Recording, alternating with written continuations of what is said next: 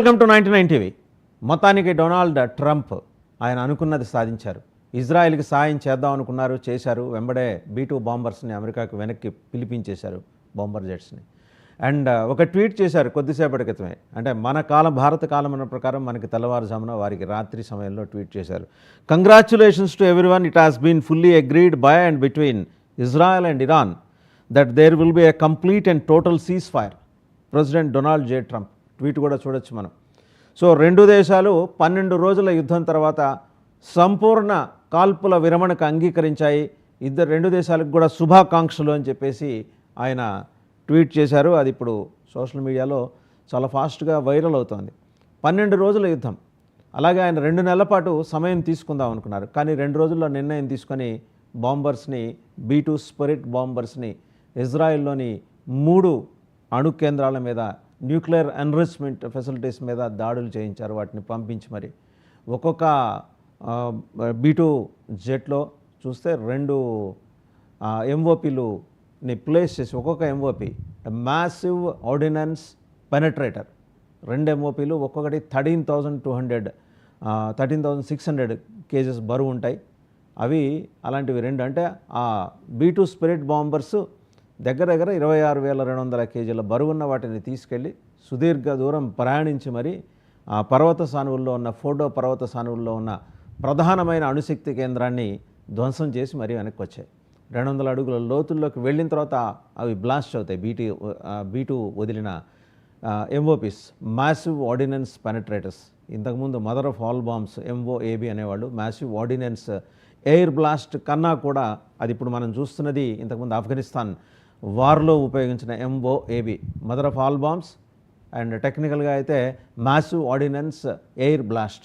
దాన్ని కాకుండా ఈసారి ఏంటంటే భూగర్భంలోకి చొచ్చుకెళ్ళే 200 అడుగుల మేరకు చొచ్చుకెళ్ళే MOPలని, మ్యాసివ్ ఆర్డినెన్స్ పెనట్రేటర్స్ని పంపించి మరీ ధ్వంసం చేసి 3 అణుశక్తి కేంద్రాలని కూడా వెనక్కి వచ్చేసినాయి.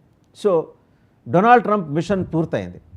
ఇక నిన్నటి డెవలప్మెంట్స్ చూస్తే కనుక 6 ఎయిర్పోర్టుల మీద ఇజ్రాయెల్ దాడి చేసింది. ఇరాన్లోని 6 ఎయిర్పోర్టుల మీద 15 యుద్ధ విమానాలని, హెలికాప్టర్ని పేల్చేసింది. సో సంపూర్ణ వినాశనం తర్వాత కాల్పుల విరమణ, అదే యుద్ధం తర్వాత ప్రశాంతత. Strength, first strength and then peace అని చెప్పేసి ఇజ్రాయెల్ ప్రధానమంత్రి బెంజమిన్ నెతన్యాహు మొన్న రాత్రి ట్వీట్ చేశారు. బహుశా ఫస్ట్ వాళ్ళు they have shown there strength, వాళ్ళ ప్రావెస్నెస్ని, వాళ్ళ స్ట్రెంగ్త్ని ప్రూవ్ చేసుకున్న తర్వాత ఇవాళ శాంతి మంత్రం ప్రకటిస్తున్నారు. ట్రంప్ చేసింది కూడా అదే. ఆయనకి ఈయనకి తేడా అంటే ఆయన చేసిన ప్రకటనకి ఈయన చేసిన ట్వీట్కి మధ్య తేడా జస్ట్ 24 hours. అనుకున్నది ముందర అమెరికా చేసింది, ఆ తర్వాత ఇజ్రాయెల్ చేసేసింది. 6 ఎయిర్పోర్ట్లు కూడా. టెహరాన్లోని మెహరాబాద్, మషద్, డస్ఫుల్ ఏరియాలో ఉన్న 3 ఎయిర్పోర్ట్లపైన యుద్ధ విమానాలతో విరుచుకుపడింది ఇజ్రాయెల్. ఈ దాడుల్లో ఇరాన్కి చెందిన 15 విమానాలు పూర్తిగా ధ్వంసమయ్యాయి. 10ల సంఖ్యలో హెలికాప్టర్లు సైతం పేలిపోయాయి. ఇజ్రాయెల్ దాడుల్లో విమానాశ్రయంలో రన్వేపై ఉన్న F-14, F-5, AH-1 వార్ హెలికాప్టర్స్ని, అలాగే జెట్ విమానాలని వాటి మీద తీవ్రంగా దాడి చేస్తే అవి పూర్తిగా దెబ్బతిన్నాయి. ఇవి ఉపయోగించడానికి కూడా వీలు లేకుండా ధ్వంసమయ్యాయని ఇజ్రాయెల్ ప్రకటించింది. ఇరాన్ సైనిక బలాన్ని దెబ్బతీసే లక్ష్యంతో ఈ దాడులు చేశామని, ఈ దాడులు విజయవంతం అయ్యాయని కూడా ఇజ్రాయెల్ ఆర్మీ సగర్వంగా ప్రకటించుకుంది. ఇజ్రాయెల్ మీద బాలిస్టిక్ మిసైల్స్, క్లస్టర్ బాంబులు వేసేందుకు ఇరాన్ పెద్ద ఎత్తున వ్యూహాలు రచించిందని, యుద్ధ విమానాలు సిద్ధం చేసిందని, ఈ సమాచారం ఆధారంగానే దాడులు చేశామని Israel army, IDF, Israel defence force ప్రకటించాయి.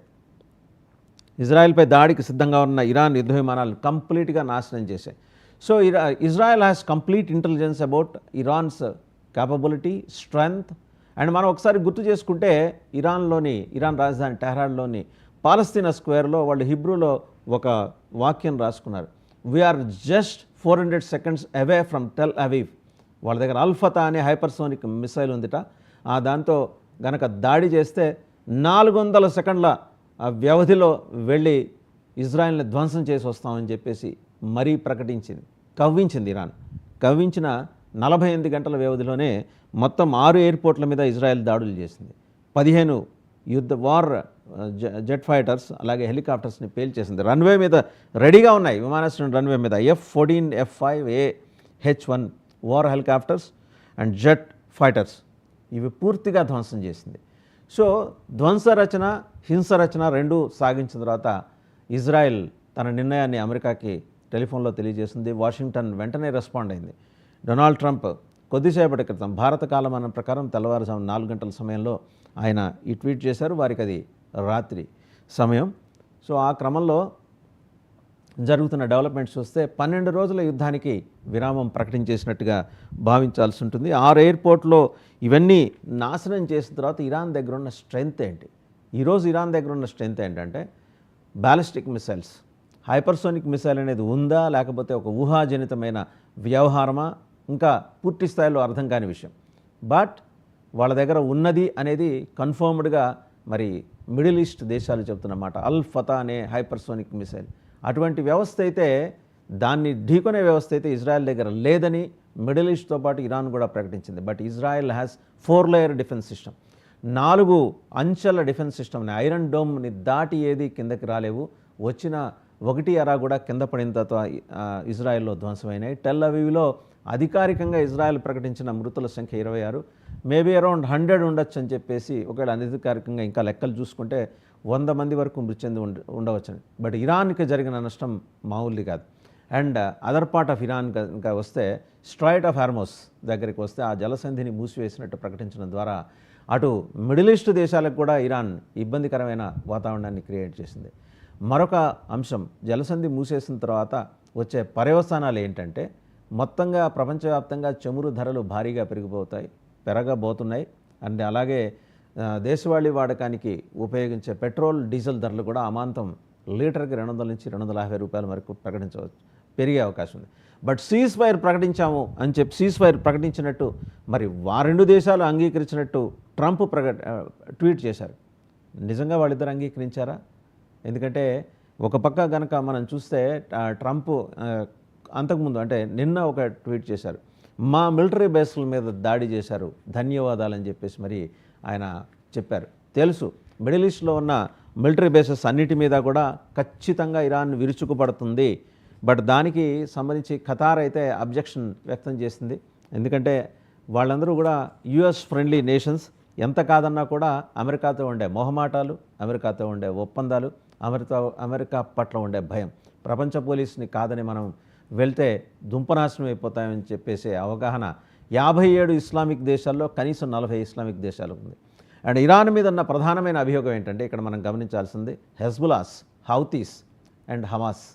ఈ 3 ఉగ్రవాద గ్రూపుల్ని పెంచి పోషించి ప్రపంచానికే వినాశకరంగా మారింది ఇరాన్. ఇప్పుడు అటువంటి వినాశకర శక్తుల చేతుల్లోకి న్యూక్లియర్ బాంబ్స్ కనుక వెళ్తే ఆ 3 ఫెసిలిటీస్లో, ఫోర్డో, నతాన్స్ అండ్ అఫాస్, ఈ 3 ఫెసిలిటీస్లో కనుక ఒకవేళ న్యూక్లియర్ వెపన్స్ తయారైతే వచ్చే ఉపద్రవం ఏ స్థాయిలో ఉంటుందనేది మరి ఇస్లామిక్ నేషన్స్కి తెలియక కాదు. ఇస్లామిక్ నేషన్స్ అన్నీ కూడా ఫండమెంటలిస్టిక్ నేషన్స్ కాదు, ప్రోగ్రెసివ్ నేషన్స్ ఉన్నాయి.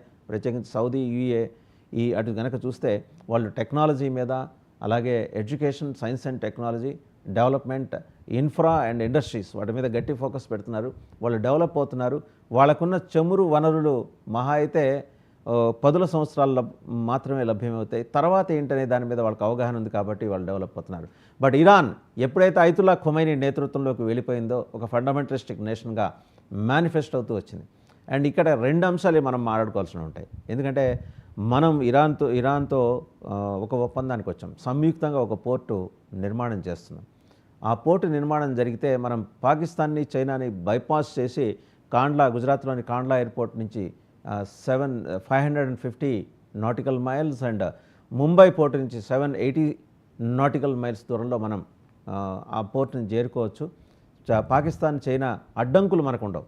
ఒక పక్క చైనా కనుక తీసుకుంటే వెస్ట్ పాకిస్తాన్లో ఆల్రెడీ నిర్మించిన గ్వాదర్ పోర్ట్, అలాగే చైనా పాకిస్తాన్లో ప్రతిపాదించి ఆల్రెడీ ప్రోగ్రెస్లో ఉన్న చైనా పాకిస్తాన్ ఎకనమిక్ కారిడార్ సిపెక్, ఇవి కనుక పూర్తయితే భారతదేశానికి ఎదురయ్యే ప్రతిబంధకాలు మామూలుగా కావు. But unfortunately for China and Pakistan, Balochistan independence declare చేసుకుంది. ఆ గ్వాదర్ పోర్ట్ వచ్చి వెస్ట్ పాకిస్తాన్ అంటే బలూచిస్తాన్లో ఉంటుంది. సో గ్వాదర్ పోర్ట్ నుంచి ఆపరేషన్స్ కావాలంటే బలూచిస్తాన్ సహాయం తీసుకోవాలి చైనా. బలూచిస్తాన్ భారత మిత్రదేశంగా ఇప్పటికే ఉంది కాబట్టి మరి బలూచిస్తాన్ వేసే అడుగులు ఎలా ఉంటాయనేది. అండ్ అన్నింటికి మించి ఇప్పుడు స్ట్రైట్ ఆఫ్ హార్మస్ కనుక చూస్తే ఆ జలసంధి వెడల్పు 33 మైళ్ళ కిలోమీటర్లు ఉంటుంది. అది చాలా స్వల్పమైన ఇది. అవతల వైపు నుంచి చూస్తే కనుక పర్షియన్ జలసంధి అండ్ ఇటు మరో పక్క ప్రపంచాన్ని కనెక్ట్ చేసే ఈ మొత్తం వ్యవస్థని, రవాణా వ్యవస్థని ఈ స్ట్రైట్ ఆఫ్ హర్ముస్ అది అడ్డుకట్ట వేస్తుందంటే మొత్తం చమురు సరఫరా ఆగిపోతుంది. లేదా ఇప్పటికే మనకు గనక చూస్తే మనం రోజు 2 మిలియన్ బ్యారల్స్ ఆఫ్ ముడి సరుకుని మనం దిగుమతి చేసుకుంటున్నాం. మనకి ఇబ్బంది పడుతుంది. బట్ అది ఇమీడియట్గా ఉండకపోవచ్చు, ఎందుకంటే మనకు ఆల్టర్నేటివ్ మీన్స్ కూడా ఉన్నాయి. బట్ ఎనీహౌ ఇప్పుడు ఇస్లామిక్ నేషన్స్ అన్నీ కూడా ఇరాన్ మీద ఒత్తిడి తెచ్చే అవకాశం ఉంది. తక్షణం ఆ ప్రతిపాదనని, ఆ ఆలోచనని విరమించుకోవాలి. ఇంకో మూడో కీలకమైన అంశం ఏంటంటే ఆయతుల్లా ఖొమైనీ, సుప్రీం కమాండర్ ఇరాన్, ఆయన ఎక్కడున్నారు? ఆయన మొన్న విడుదల చేసిన వీడియో ఇవాల్టిది కాదు, పాతది. 86 సంవత్సరాల వయసులో ఆయన ఆరోగ్యం క్షీణించింది. ఆయన స్ట్రైట్ ఆఫ్ హర్ముజ్ నుంచి ఒక సబ్మరైన్లో రష్యాకి పారిపోయారని చెప్పేసి కూడా వార్తలు వస్తున్నాయి. వాస్తవంగా ఆయన పేరుతో రిలీజ్ చేసిన వీడియో అది చాలా పాతది. అది 86 ఏళ్ల వయసులో ఉన్న ఆయతుల్లా ఖొమైనీ మాటలు కావు అని చెప్పేసి. అలాగే ఇంగ్లీష్ డబ్బింగ్ తోటి కూడా ఒక వీడియో వచ్చింది. ఆయనే ఇంగ్లీష్లో ప్రసంగించి పంపించారని చెప్పి. నో డౌట్ ఆయనకి హ్యాస్ ఎక్స్పర్టైజ్, ఆయనకి బహుభాషా ప్రవీణుడు, అందులో డౌట్ ఏం లేదు. బట్ 1981లో అనారోగ్యం కారణంగా ఆయన కుడి చెయ్యి పెరాలసిస్ గురైంది, పక్షవాతానికి గురైంది.